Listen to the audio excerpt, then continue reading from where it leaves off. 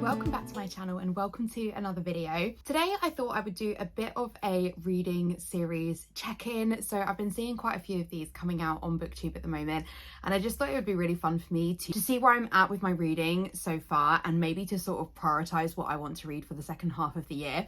This has been very interesting work. I have done all of this on my core pile spreadsheet. This is the core pile spreadsheet from Books Roast, and I really recommend it as a way of sort of keeping on track of what you're doing. I have made some amends to it to sort of make it work for me, but this was such a useful process to do because I have finished an embarrassingly small number of series compared to the number of series that I've started. So I think I will be pushing through to finish some series in the second half of the year. So basically what I'm going to do is talk to you a little bit about each of the series, let you know kind of where I'm at and what I'm thinking about this particular series and my thoughts on how I'm feeling about carrying on with it.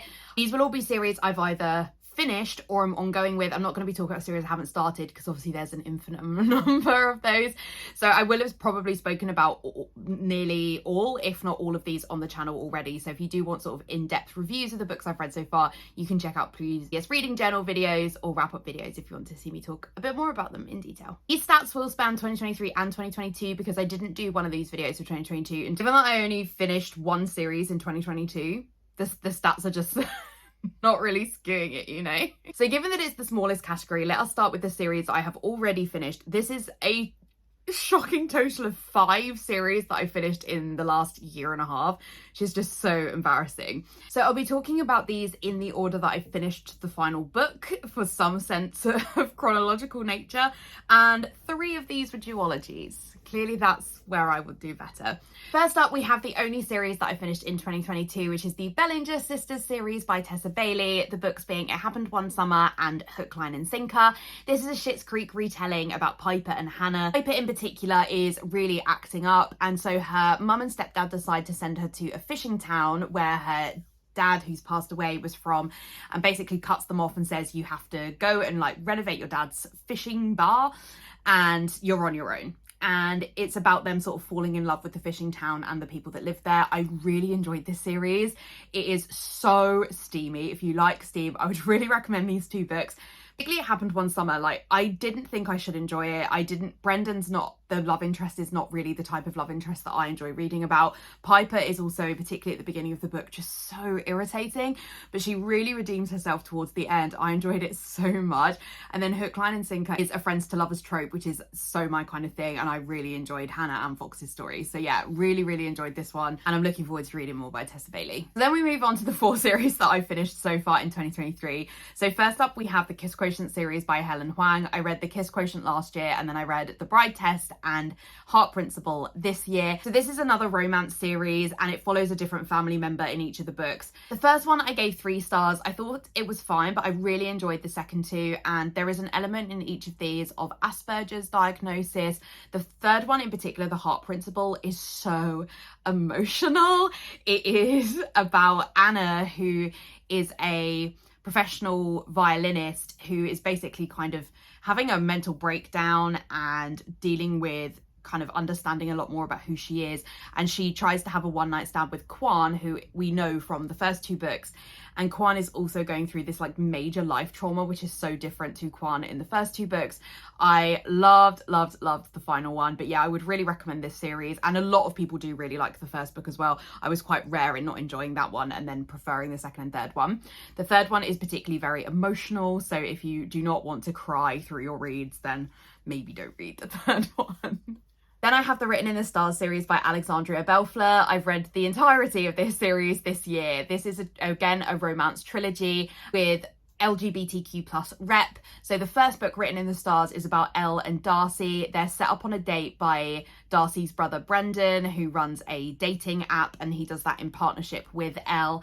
And they have a terrible first date, but they can agree to continue seeing each other in a fake dating capacity to get various people off their backs and then end up you know, falling in love through the process. The second book, Hang the Moon, is about Brendan, Darcy's brother, and I just loved him. He was just my guy, such a cinnamon roll MC.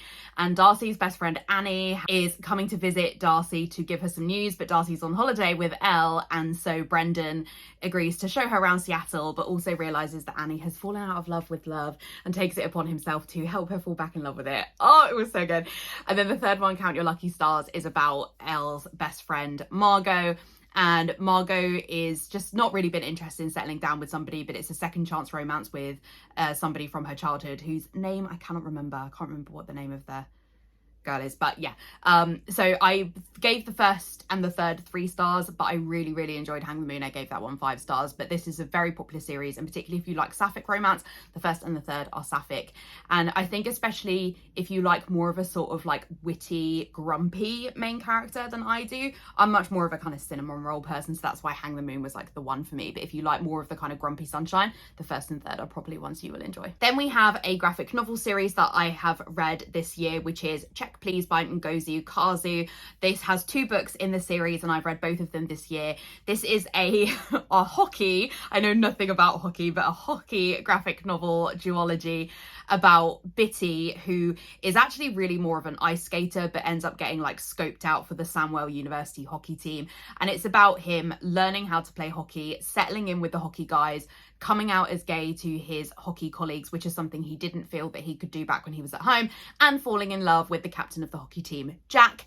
It's a really cute series. The art is absolutely adorable. It has some pacing issues in my opinion, like at least for me, and pacing is like a big thing that I struggle with if I can't get on board with it. So that is, I think, the downside for me, but I'm pretty sure I gave these like 3.5 to 4 stars. I really enjoyed them. I'd really recommend them, particularly if you like cozy stories and you like Heartstopper. I really think you would enjoy Check Please. And then the final series that I finished, this is just so embarrassing, is the Love Lists and Fancy Ships series by Sarah Grunda Ruiz. I read both of these this year around when I was on a cruise earlier in this year, because both of these books are set on big yachts, which I think is maybe more of a thing in the US than it is here. So not as big as cruises, a lot smaller, but it's really difficult to find books about cruises, so I went with these 2. In the first book, we follow Jo, who is dealing with just some really tragic death in her family, and she has this list of like 30 things to do before she turns 30. One of those is to kiss a stranger, and so she ends up kissing Alex in a bar, but she keeps running back into Alex over and over again, and so the first one's dealing with that.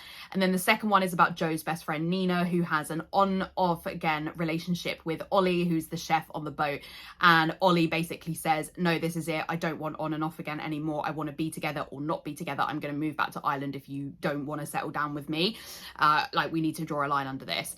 And I preferred the second one to the first one, but only because the first one just dealt with such tragic grief that I wasn't expecting, and it just really hit me. It was so hard to read. It was such a focus of the story, and so I just found it really sad. But I did really enjoy both of them, and I would really recommend them. Also, the covers are just absolutely beautiful for this series. So yeah, that is it for the series I've finished. It's just so embarrassing. So now let's focus on the series that I'm up to date with, because I guess this is the next stage from I have read as much of these as I can. And to be fair, this is 10. So that's kind of like 15 series finished. Kind of.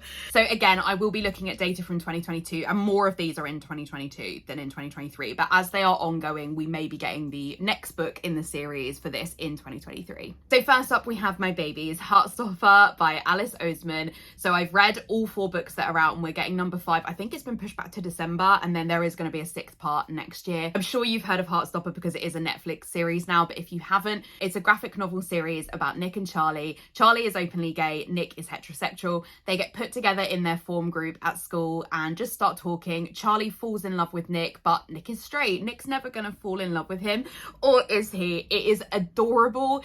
It's such a good representation of UK schools, and I really wish that books like this had existed when I was at school. I think it would have really helped a lot of my friends who took longer than, you know, I wish they had to come out, and I just think books like this would have really helped people with dealing with their sexuality when they were at school. So this is my favourite series of all time. I absolutely love it, and I can't wait for the next instalment in the series, though I'm a little bit wary because I have read the novella Nick and Charlie, and I feel like we must be approaching Nick and Charlie territory, and I didn't like the novella, but maybe if it's in graphic novel form, I'll enjoy it a bit more. Next up, another graphic novel series is Bloom by Kevin Panetta. So I've read the first book, and the second book I think is coming out sometime this year. I cannot wait for this.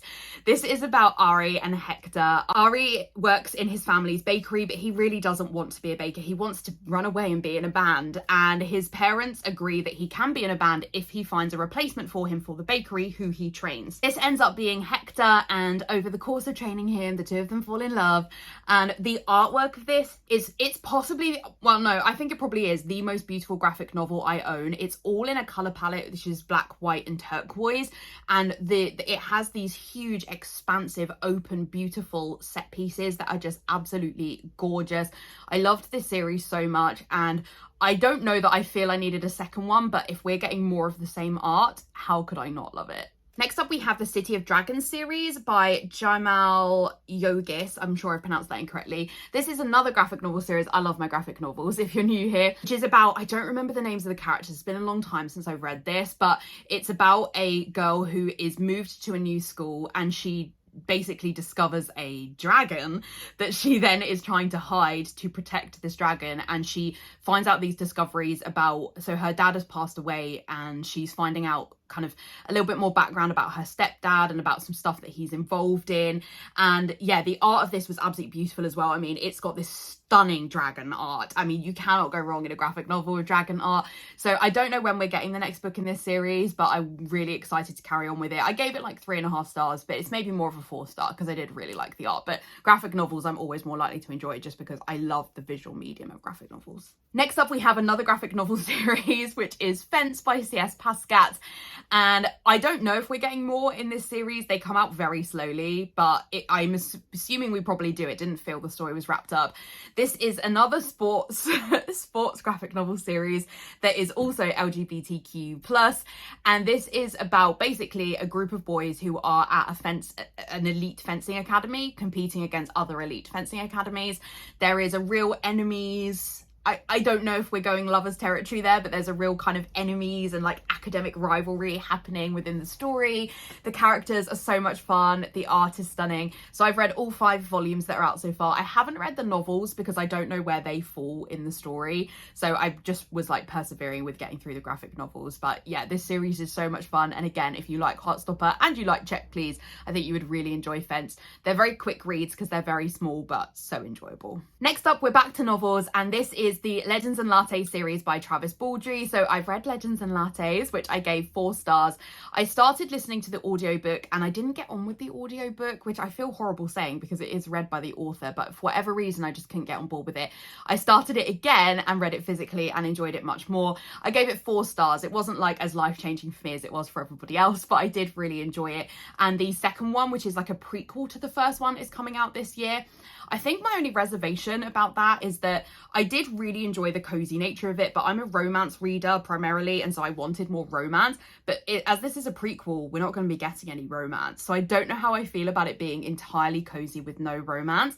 So we'll see. But obviously I am very interested to read the prequel and see if it lives up to the first one. Next up, we have the Bright Falls series by Ashley Herring Blake. The first one is Delilah Green Doesn't Care. The second one is Astrid Parker Doesn't Fail. And the third one is Iris Kelly Doesn't Date. And Iris Kelly is due to come out later this year.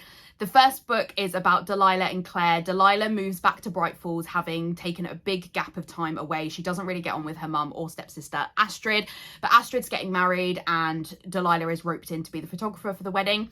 Claire is Astrid's best friend, and Delilah kind of realizes she probably has some feelings for Claire, and it's about them figuring that out over the course of the first book. I'm not going to talk about the plot for the second book because it's a spoiler if you've not read the first one. But the third one is then going to be about Iris, the kind of other friend in the like Astrid, Claire, Iris trilogy. And Iris is basically a kind of serial dater, I think. And I'm really interested to see what happens there because we have had some introductions in the first and second books to a couple of people that Iris has been dating at various points. But I think in the second one, we had a big breakup for Iris that will obviously affect the plot of the third one. I don't love this series. It's a kind of 3.5 star series for me. For whatever reason, it just doesn't work entirely for me. I think it maybe is Ashley Herring Blake's writing, I'm not entirely sure, but I'm really interested to read the third one because Iris makes planners for a living, and if that's not my two worlds combining, I don't know what is. Next up, we're back in my graphic novels, and this is the Lore Olympus series by Rachel Smythe. I adore the Lore Olympus series. It is a Hades and Persephone retelling, but it sets it in the modern world. So the gods like have cell phones, and Hades is the king of Underworld Corp, and Persephone ends up having an internship working for Hades, and there's some of it is really dark, a lot of it is about really triggering themes, so definitely look up the trigger warnings for this one. But I just think it's a really like adult and smart and moody retelling. It's so broody, and it's the what's the phrase, pining. Like it's mutual pining so far for 4 novels, and I basically give all of these 4.5 stars. The only reason I don't give it 5 stars is because I really need Hades and Persephone to be together right now, but also the pining is what keeps me coming back. So it is maybe a 5-star series, and I'm just being harsh, to be honest.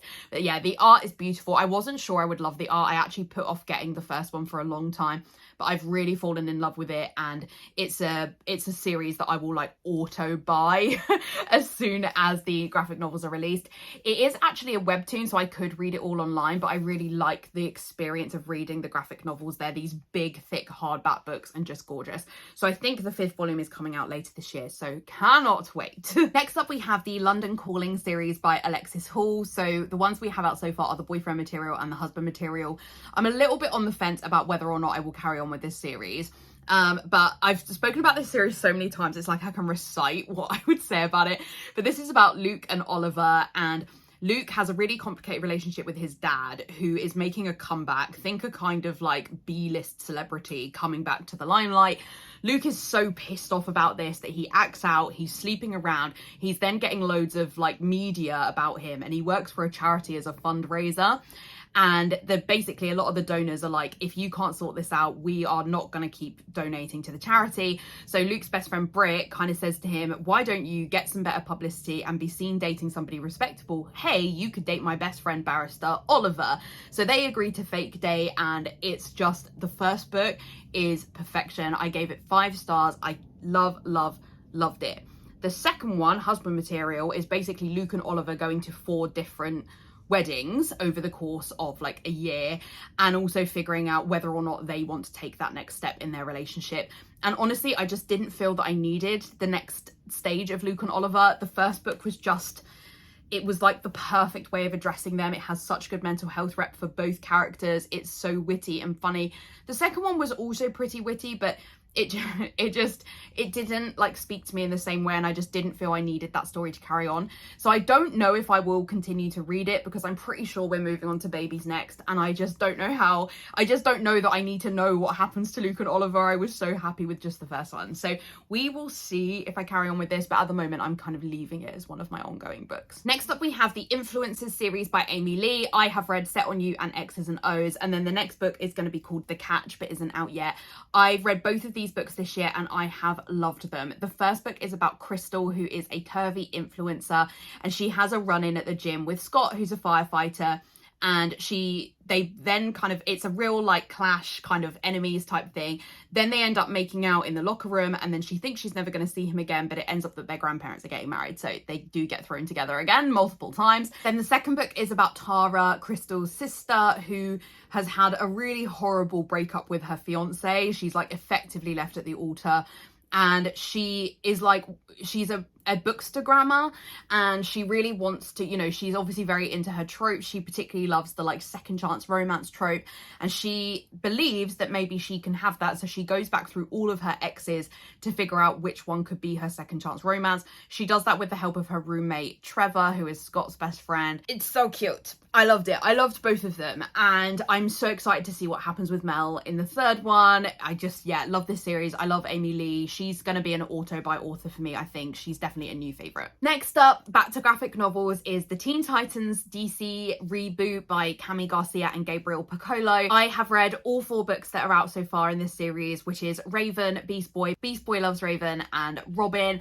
The art in this series is absolutely beautiful, and it is basically, yeah, a Teen Titans retelling, but bringing it a little bit more into modern day with kind of influences of some of the characters. I don't want to spoil it for you because I wasn't spoiled for it, and it's just exceptional. The art in particular is just gorgeous, especially in Raven, and I just think if you enjoy superheroes in any way, I would recommend it. I'm more of a Marvel person than a DC person, but even then I wouldn't say I'm like a humongous like lifelong fan or anything. I did used to watch the Teen Titans cartoon when I was younger, so I guess I have some awareness, but to be honest, not a lot, and they cover all of that background in the story anyway. So yeah, I just love this series. Raven is my favorite book so far this year because it's the art and the story, and it's just, yeah, I absolutely love it. So that is all of the series that I'm up to date with. So now we have the super embarrassing category of the series that I am in the middle of, which is 25.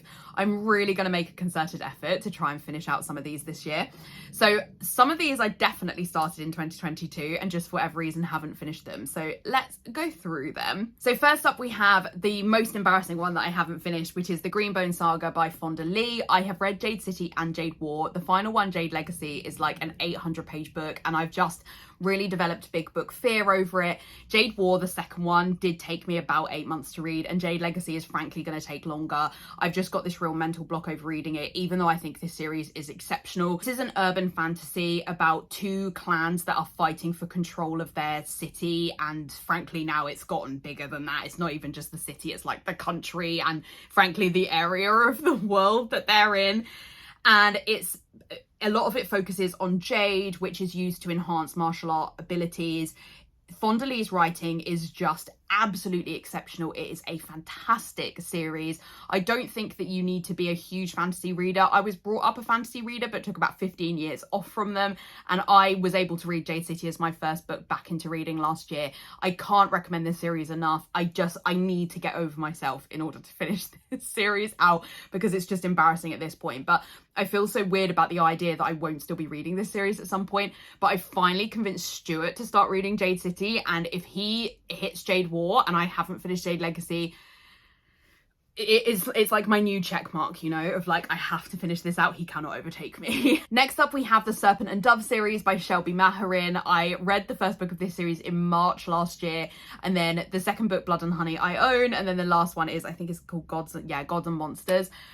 I didn't love this, and I think there is definitely a part of me that thinks I might DNF this. I kind of just leave it on because I own the second one.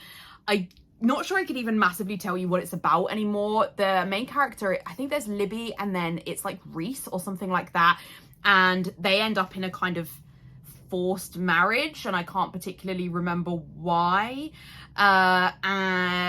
There's like, I don't know why. It's for whatever reason, it's not really stayed with me. And yeah, I gave it like 3.5 stars, but to be honest, now I've read a lot more. It's a 3-star series, and I just don't know that I feel a need to go back in and read more of it. The ending was so different from the rest of the book that I was kind of intrigued to see what happened in the second part, but I don't know. If any of you have read it, if you could let me know what you think of it, I would appreciate it, because it's a big commitment. It's probably 600 pages, the second one, and I just don't know if that's where I want to spend my reading time, you know. Next up, we have the Athena Club series by Theodora Goss. I have read The Strange Case of the Alchemist's Daughter, and I listened to The European Travels of the Monstrous Gentlewoman, so the one I have left is The Sinister Mystery of the Mesmerizing Girl. This is like a kind of retelling of stories like Jekyll and Hyde and Frankenstein and Dracula and Dr. Moreau, things like that.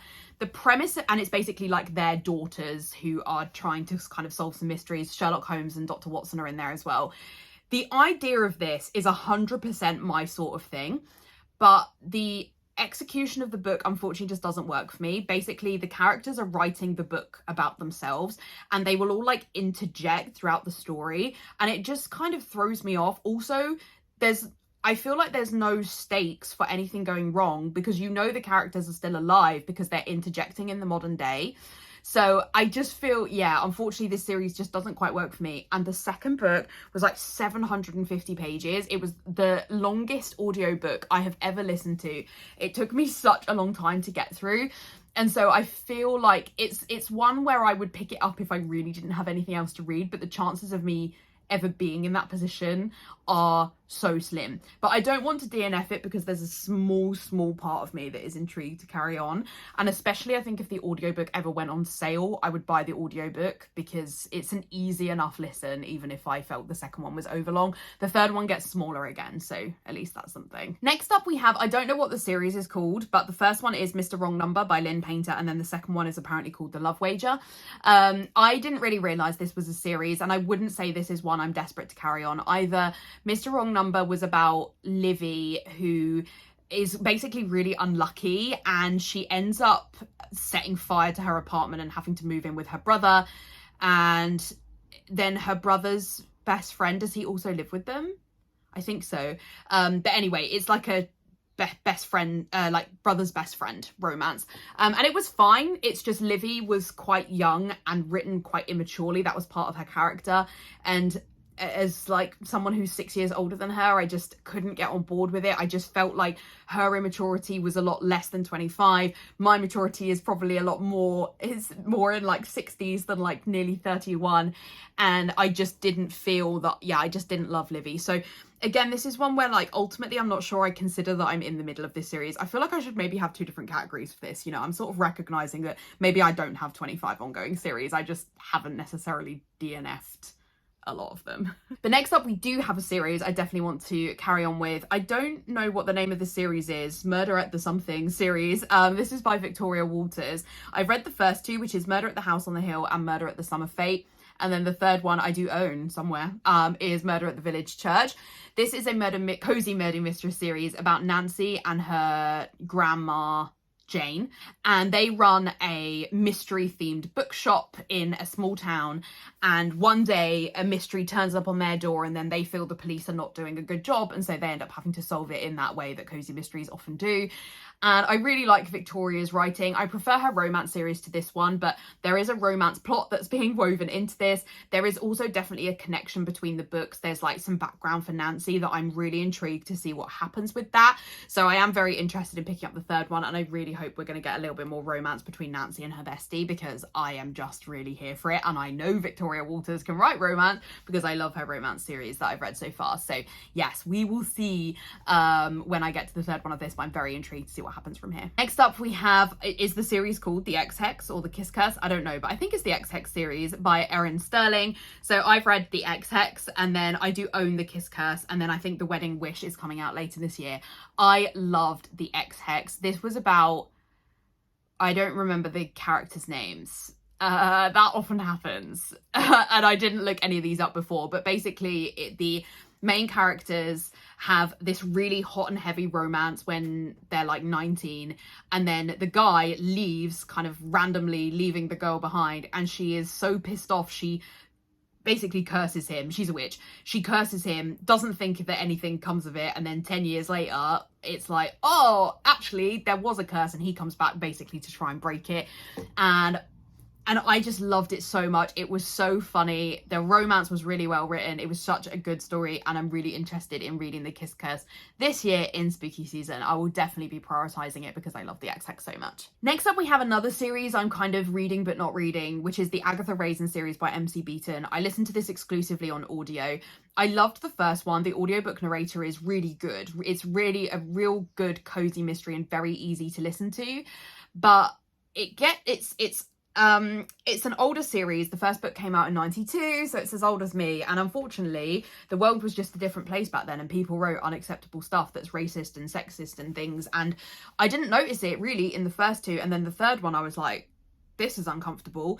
And the fourth one was no better. So I had DNF this series, but sometimes I really do just need a very quick audio like listen, and if I can get them for really cheap, then I might carry on with them. So it's kind of here, but definitely not a priority, and it's a series I hope will get better, but to be honest, looking at the reviews, no, I don't think it does. Next up we have another series I kind of Amber aren't reading. I don't know what the name of this series is. It's called something like Travels something series, but it's by Julie Kaplan. And I accidentally read the second book in this series first, which is The Cozy Cottage in Ireland, which is about Hannah, who is really quiet and she feels like she needs a real like shake up of her life. So she goes to Ireland to do this cooking school for a week or a couple of weeks. And when she's waiting in the hotel before she drives there, she ends up kissing this random stranger to protect him from a girl who's chasing him. They have a one-night stand. She thinks she'll never see him again. And then he happens to be the son of the people running the cooking course. And the writing, unfortunately, just didn't really work for me in this one. I also just don't really like books where the main characters want to change from being like quiet. It just makes me feel like people don't like that I'm quiet, which I'm sure they don't, but I just don't need to be told that in books, you know. But I already own the first one, which is The Little Swiss Ski Chalet. I'm pretty sure I already own it. My books are kind of a bit of a mess right now, but anyway, or maybe I don't own it, but I'm kind of intrigued enough that maybe I would read the first one, because it's about Hannah's sister, I think called Mia, and I was intrigued by, like, she is mentioned in the second one, so I was like, oh, okay, maybe I would read the first one. I think I already own it. I can't see it from where I am, but our conservatory is a mess right now, so I can't really see it right now, but I think I own it, and that's maybe why it's still on here. I don't think I would go out and buy it. Next up, we have the Wishing Tree series by Susan Mallory. So I read The Christmas Wedding Guest as a blind date with a book for Christmas of 2022 that I ordered from Etsy. I do have a vlog up for that. It was so adorable. It was such a cute book. I really enjoyed it, and there is apparently a second one, so it's not one I think I would prioritize. I don't own it. There's a lot of books I should read before then, but I wanted it to be on here because it's definitely one I would consider reading because of how much I enjoyed the first one, which was about two sisters, one of whom it's like a second chance romance for her and a guy that she dated when she was younger, and then the other one ends up falling in love with a celebrity who comes to stay at her Airbnb. Very cute, very well written, and you got the perspectives of both the sisters and both the guys, which was really interesting. I don't read a lot of books that have more than two perspectives. I deliberately actually avoid romances that have three women's perspectives in it. I'm not really sure why, I just do. So it was really interesting for me to read a book that had four different perspectives and actually really enjoy it. Next up, we have the Meet Me series by Georgia Toffolo, who is, I think, from Towie. That is not why I picked it up. I just saw the first book in the works for like £2 and thought I'll pick it up. The first one is called Meet Me in London, and it's about, I can't remember the characters' names. Always happens with the ones I enjoy. I don't know. But basically the female MC is a like budding fashion designer. She like physically runs into a guy on the street who feels really bad, and so as part of like trying to make it up to her, lets her like have a fashion show at the department store that he pretends he's just like a manager of, rather than actually he owns the department store, or like his dad does.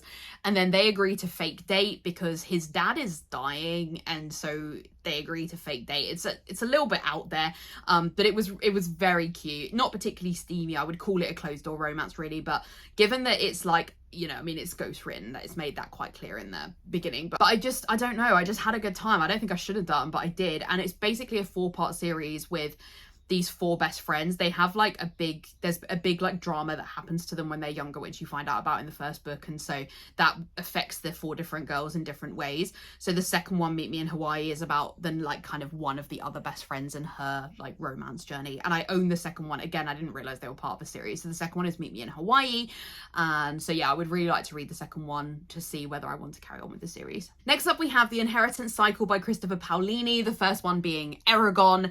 Then there is Eldest, Brissinger, and Inheritance.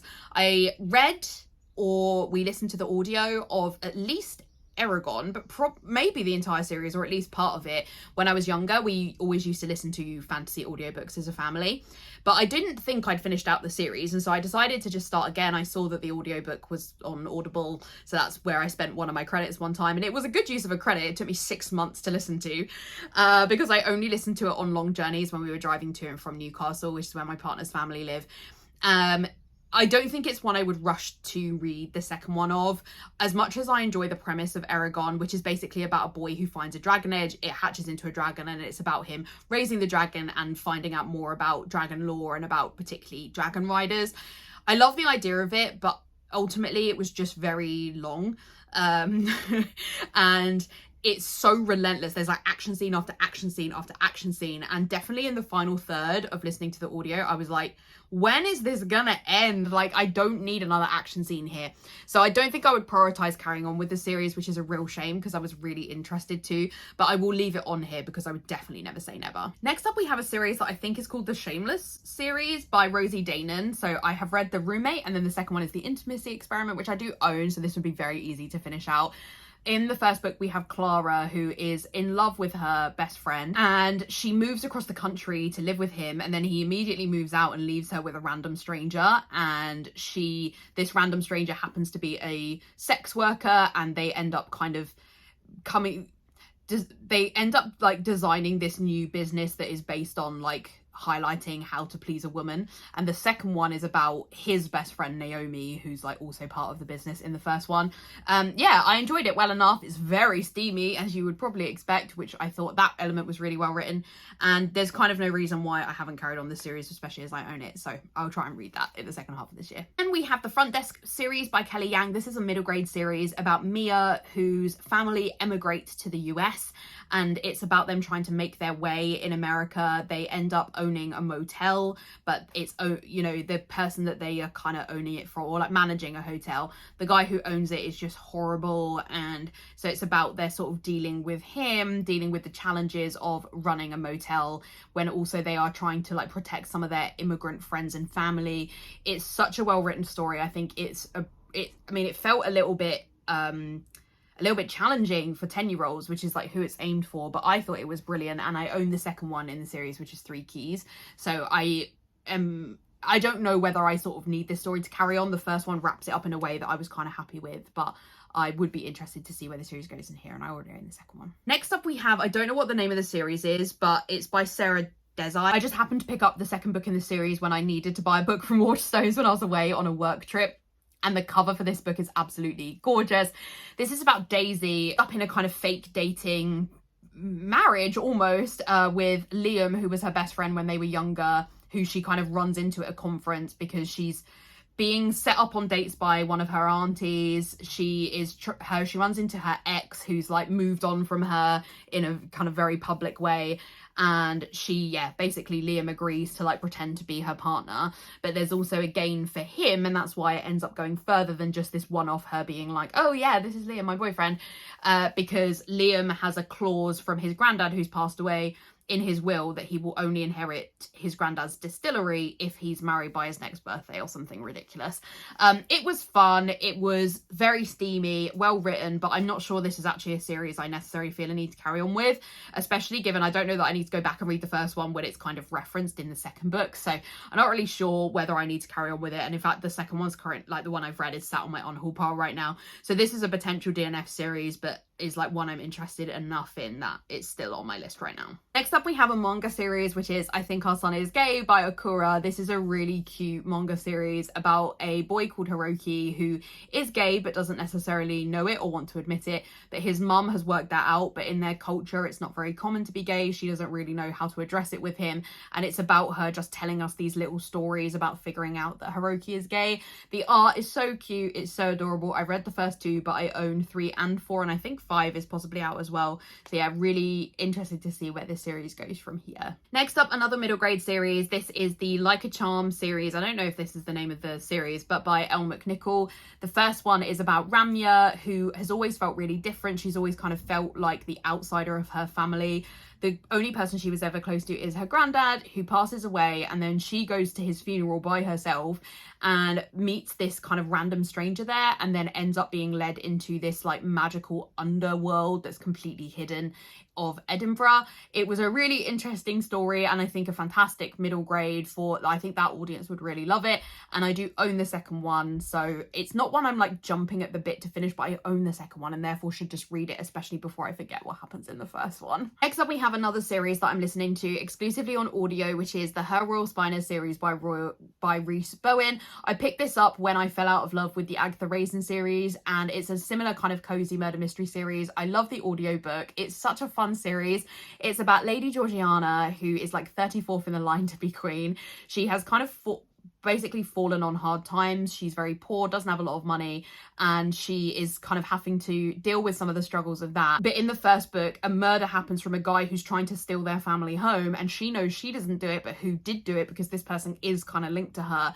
And then the second one is she is like hosting somebody from another country, Honey Laura, and Princess Honey Laura comes to stay, and then these 3 murders happen in very quick succession, and she's like, okay, how is this linked to stuff that's going on with me? So it's just, yeah, really fun. It's a really easy audiobook listen, and it has many parts in the series, so I'm gonna just kind of, you know, stagger it out in that kind of when I need a cozy audiobook listen. Next up, we have the When in Rome series. Is that what the series is called? I don't know, but it's the series by Sarah Adams. The first one is When in Rome, the second one is Practically Perfect. When in Rome, I don't remember the characters' names, but the female MC is a rock star. In fact, she has 2 names, doesn't she? Because she has her like celebrity name and her real name.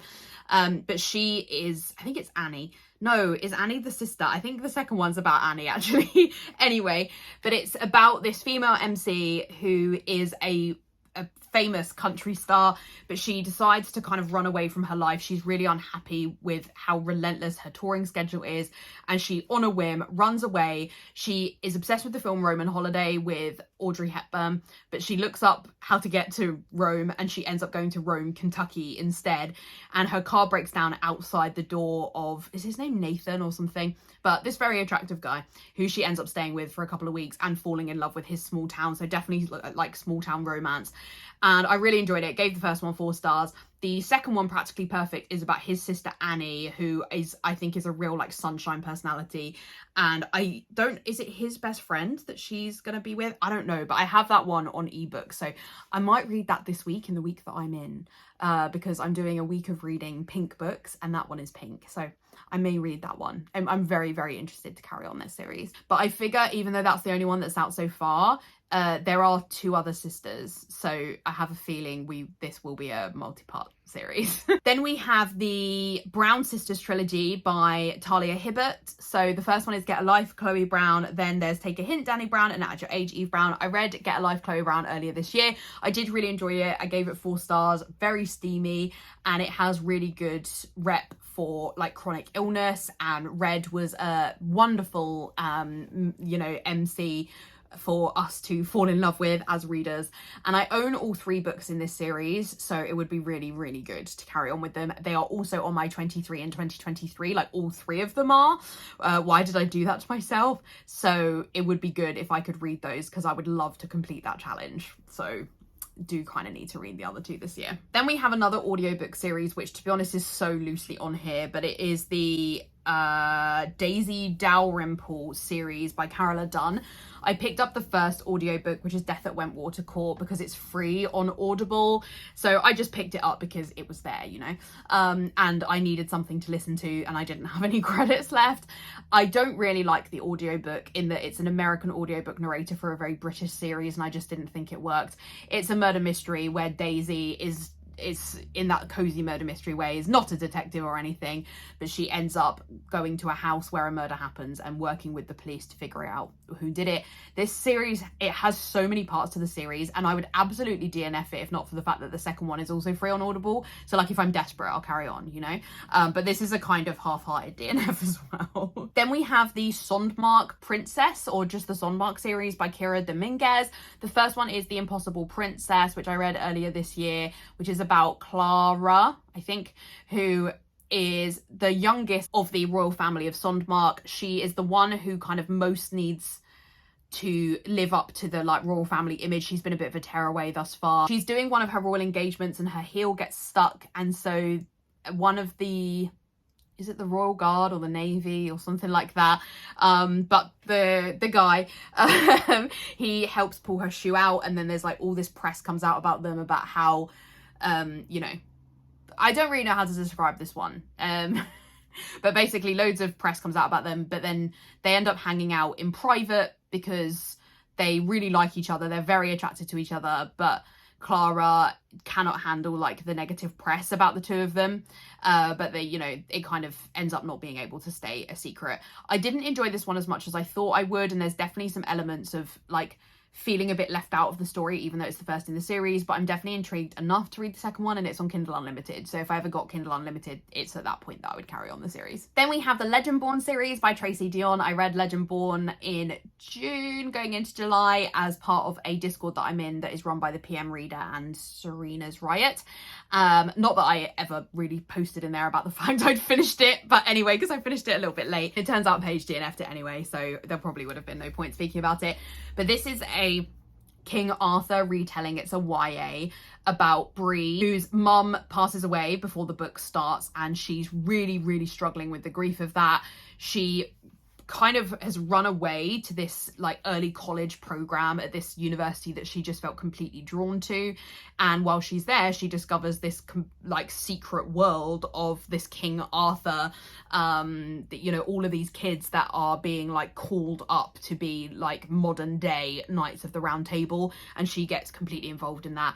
It was really good, very interesting. It's a difficult read for a big portion of it, like the first half. I would say this is a very common criticism of the book, that it's a very challenging read for the first half, but it's genuinely fascinating. I was really interested to see what happens, and I do already own the second one, which is Bloodmarked, so I would like to carry on with this sooner rather than later, because I do worry it's one where the stuff would just drop out of my head because there's so much information in this series. Next up we have Belladonna by I've written that the author's name is Belladonna as well, which it is not. What is the name of the author? Adalyn Grace. Let me update that. So I have this book from Fairy Loot. I was subscribed to Fairy Loot for a couple of months, and so this is one of the books that I got. And it wasn't one that I was necessarily desperate to pick up, but the book came up on audio either for free or for like 99p. So I decided to pick it up because I thought, oh, maybe that's a way that I could read this book. And I listened to it on audio last month and really enjoyed it. It's basically about, what is her name? Why can I not remember like any characters' names? Signa.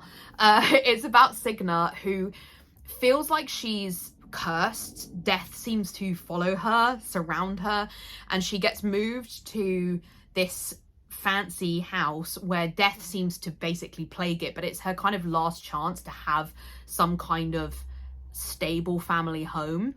And she then meets death and realizes that actually she is plagued by death, and it's about her figuring out what that is like, what that means for her, and whether or not it's something she can lean into or avoid.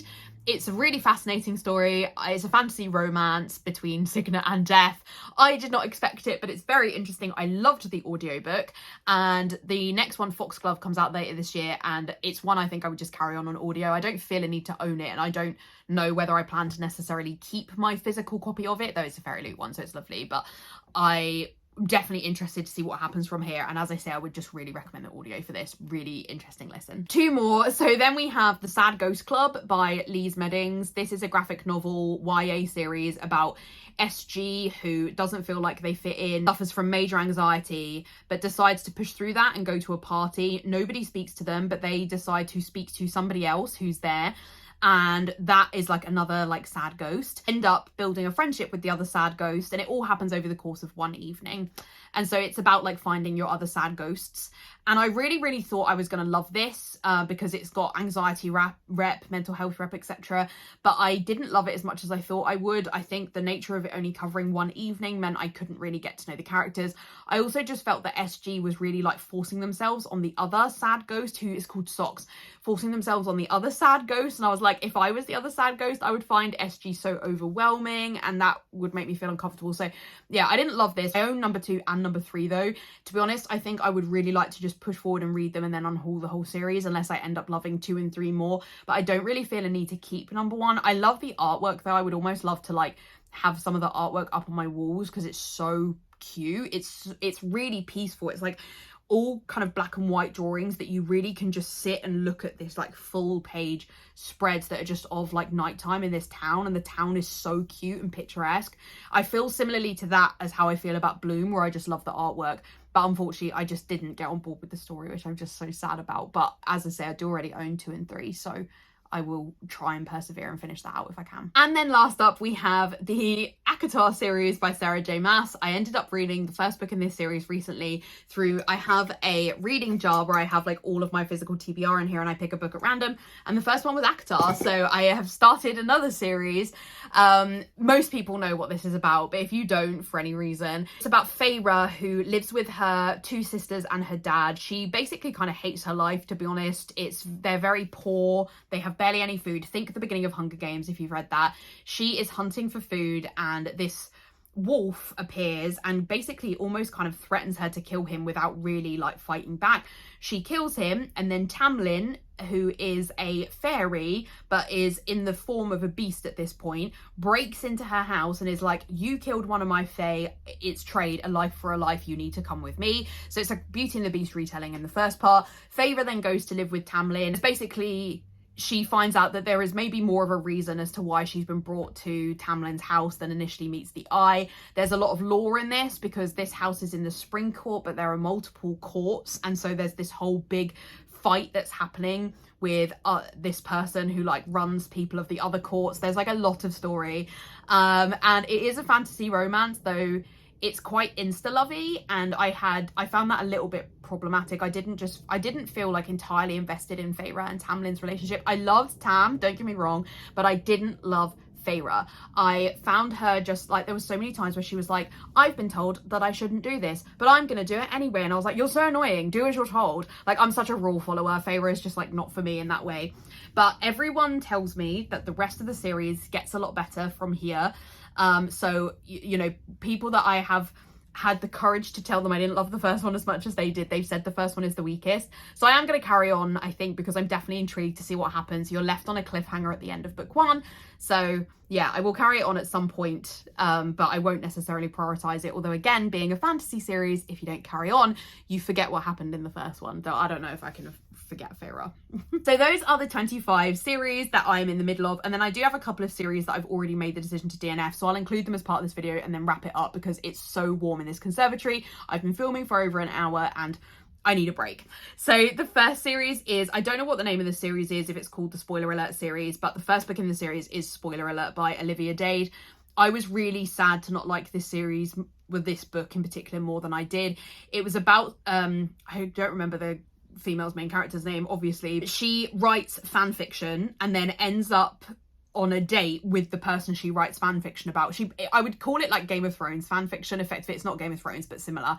And yeah, she ends up on a date with that guy because she is really ridiculed on Twitter for being plus size, and the actor is like, I am so unhappy with this, I'm going to show them that I would date her. So they go on a date and then it's about that.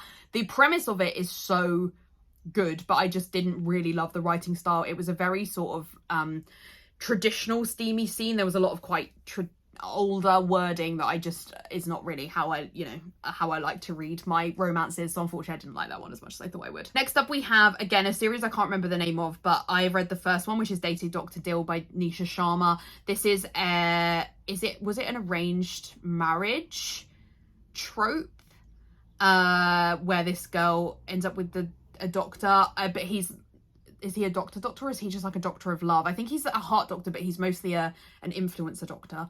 But yeah, as you can tell, I don't remember masses about it. It was steamy and it had that going for it, but it was an enemies to lovers, not my favourite trope, and I didn't like it as much as I thought I would, so I didn't feel a need to carry on the series. Next up we have the Giant Days graphic novel series by John Allison, and this is basically just about this group of friends going through their UK university lives. I thought I would love this. This is such a popular graphic novel series, but it's just weird. It's too weird for me. Weird things happen. The pacing is odd. I feel like I turned the page and we've moved forward several months and I'm like, I don't feel we finished the last story arc. Then this really weird thing happens in the second one, and at that point I was like, I'm done. Apparently it gets weirder as well from like volume 5, and I was like, how can it be weirder than volume 2?